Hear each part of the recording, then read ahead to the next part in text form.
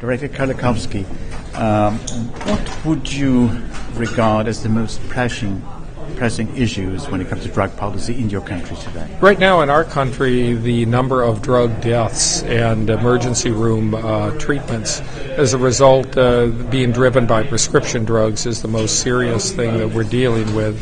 Not that we don't have other problems. Now, on this side of the Atlantic, promotion of, at least in Sweden, promotion of legalization of drugs would be a political suicide. In your country, in some states, at least in California, that doesn't seem to be the case. As far as we have understood, the federal Supreme Court says that use of marijuana is against the federal law. Also, we have understood, even if the Attorney General, Mr. Holder, has issued guidelines on medical marijuana, but we have difficulty in understanding how this actually can exist. You have a federal law saying that is prohibited, right. So they do it in the different states. Could you explain that? Sure. I think what happens, particularly in our western states, is that the states can have a variety of ballot initiatives in which the voters can put something to a vote.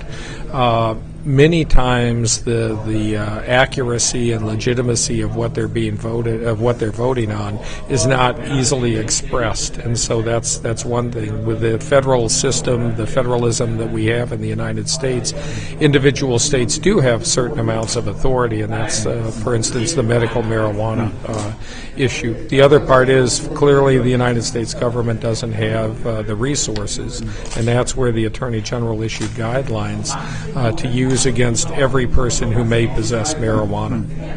Now, finally, the issue of legalization of marijuana is on the ballot in November in California. Yes.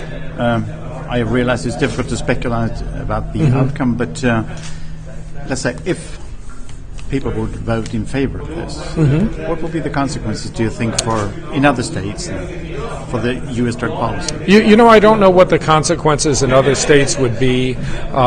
Clearly, the ability to tax, regulate, and control, which is what that initiative or proposition is called, is a misnomer, because we already have prescription drugs that are taxed, regulated, and controlled, and of course they are the cause of a large number of deaths in the United States. We are unable to keep them out of the hands of young people, children in the United States. So why would anybody believe that we could tax, regulate, and control effectively marijuana? So I'm very hopeful that the voters of California will recognize that this is a false promise.